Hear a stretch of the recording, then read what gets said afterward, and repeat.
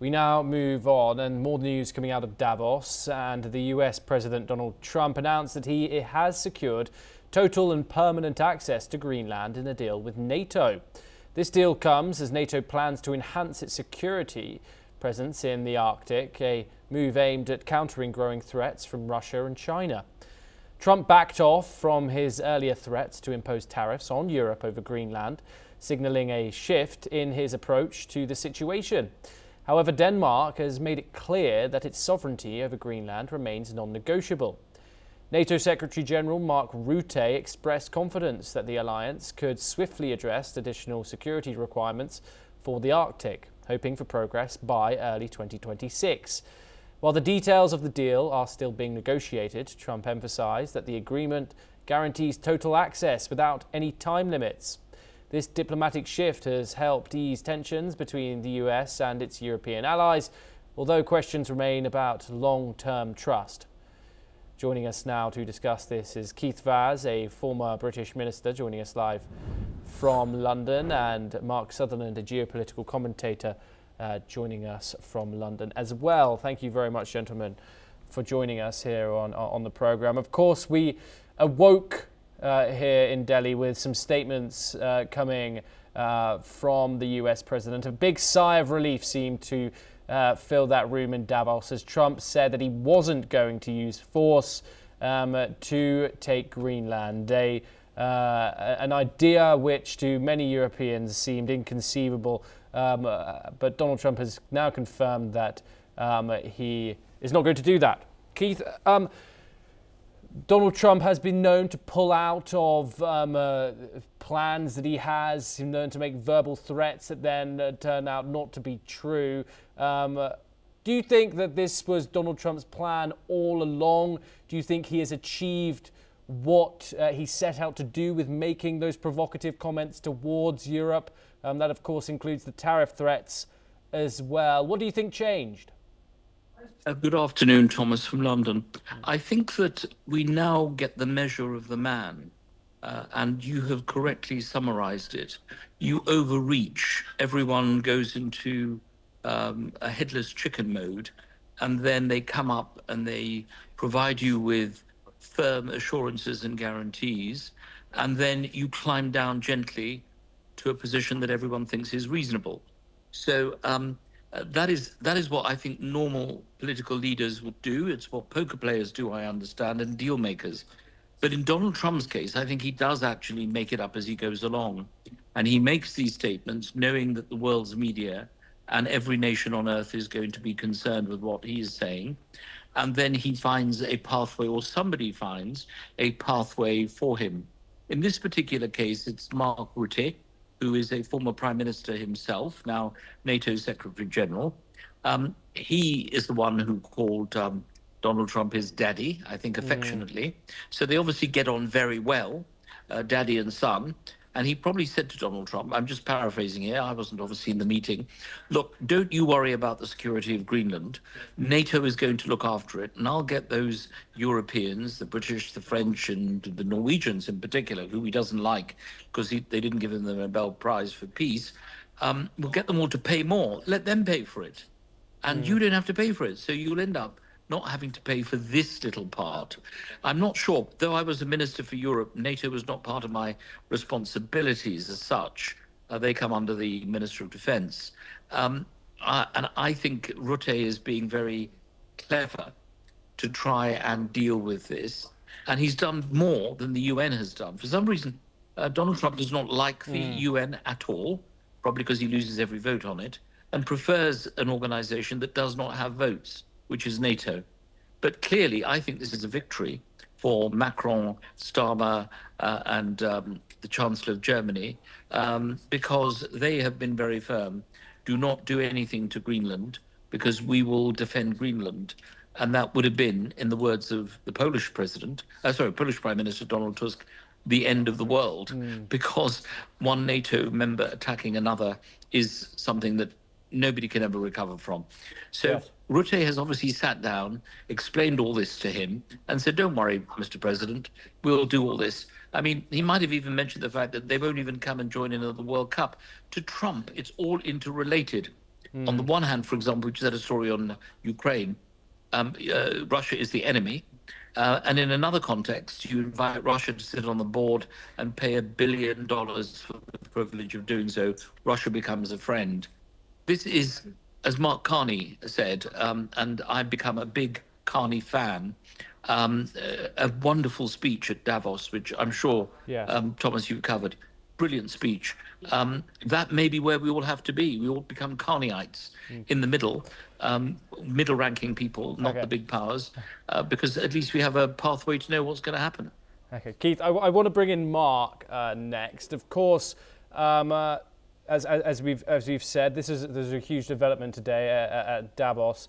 What do you think changed, Mark, on when it comes to Donald Trump changing his stance on Greenland, dialing down this rhetoric? Is it that same strategy that he used with those Rose Garden tariffs that he announced back in April of showing a something that was and talking about something that was so drastic, and then bringing that level down, and in reality going through with a less dramatic option?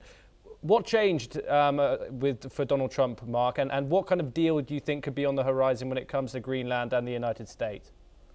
Thomas, good to be with you and your guests again. I think it's exactly that. I think he goes for, this is how he negotiates, goes for a particular line, rattles a load of diplomatic cages in the way that only he does. And then the Art of the Deal book comes out, he goes to a particular page, and then we say, let's move forward with this. There are a lot of people have to understand that in America and their defense strategy, they are very concerned in regard to how Russian subs could come through. They're also very concerned with what China is up to. As you and I have discussed over a number of months, we've got to bear in mind there is this whole challenge to American hegemony and the fact that others want a bipolar world. This is what is going on.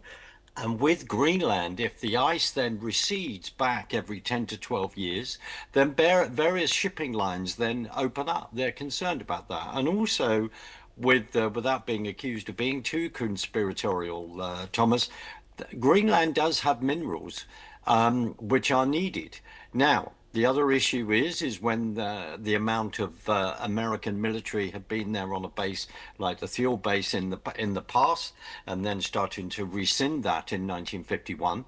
We always at all these times have to go through history and bear all in this at geopolitically at every movement, I believe, with what is playing out today.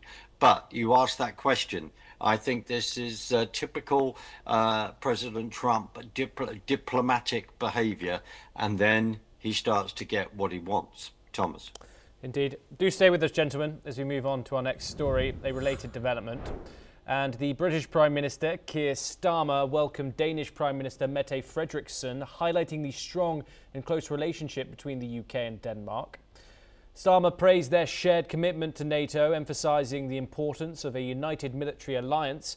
He also addressed recent developments regarding Greenland, noting that the withdrawal of tariff threats reflects pragmatism and common sense.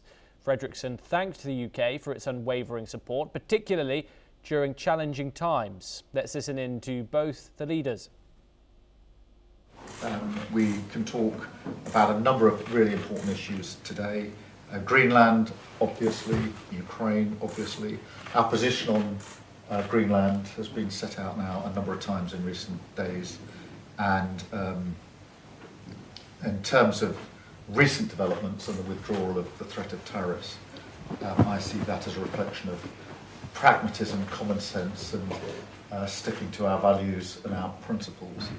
The hard yard's now finding a better way forward on the issue that we all agree on, which is security in the Arctic, is the next chapter here, and I look forward to discussing with you how we take the vital steps down that path. But you're very, very welcome. It's great to have you here. We've obviously spoken extensively on the phone in recent days, but to have the opportunity to meet and have private time together here is very welcome from our point of view. But we extend and enhance the great friendship that we have between our families between our countries, and of course our personal relationship as well.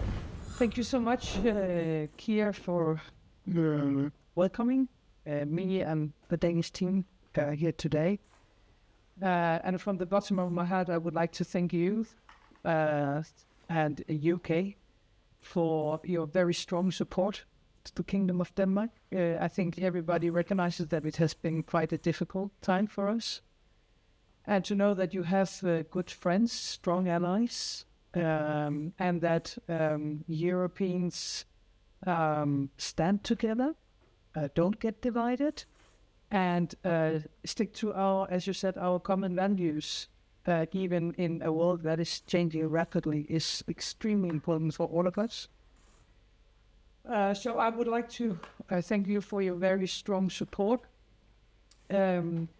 I like the British way of doing things. As you said, you are very pragmatic. You have a cup of tea and then you think a bit about everything. You get the facts on the table and then you find a way forward. And that is exactly what we're doing now. That was the British and the Danish Prime Minister there speaking with one another about the whole situation. Keith, someone who didn't come unscathed from this situation, of course, the British Prime Minister Keir Starmer, who was spoken about on Truth Social in quite a way, not something that would portray a what we call a special relationship between the United States and the United Kingdom. How do you think that Europe as a whole has looked through this ordeal, and what might it lead to in the future from the United States? Well, I think it's been a very good development. It's odd, isn't it, in politics? When you do something, always remember what's going to happen at the end. Trump is not the kind of person, as Mark has said, who's, I'm sure, has got Art of the Deal on the shelf behind Mark Sutherland over there. He looks at it every day. He's a very unusual politician. I'm not sure I agree with the Danish Prime Minister that the British way is to have a cup of tea and put all the facts on the table. Sometimes we do tend to do things without looking at the facts. But the victory here belongs to the NATO Secretary General. He's the one who has that very close relationship with Trump. And he probably said, well, the whole of NATO is united. If you do anything to Greenland, you're going to provoke Article 5. That's going to be brought into effect.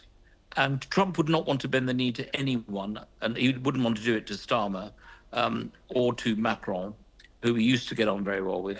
He's happy to do it to Rutte. So I think what the Danes are saying is, thanks for your support.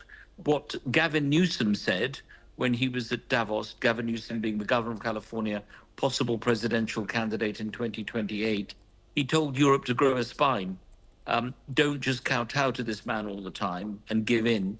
Start standing up. And as we all know, in life, you do have to stand up to people who are trying to behave in a way that is inappropriate. And that is certainly what Trump is trying to do. This is the first time, I think, we've seen Europe say, no, we're not going to do this. We're going to defend Greenland. We're going to send our people. Symbolic though it is, we're still going to send them there. And please do not invade Greenland because you'll have us to deal with. This is unprecedented. So he's taken heed of that and he's rode back from that. We've also got a lot of friends in Congress. As we know, the Speaker of the House of Representatives was here this week, 2 days ago. He addressed to the British Parliament. All these are very important factors in getting him to climb down. Keith Vaz, thank you very much for joining us. Mark, do stay with us as we move on to our next story. And the Cuban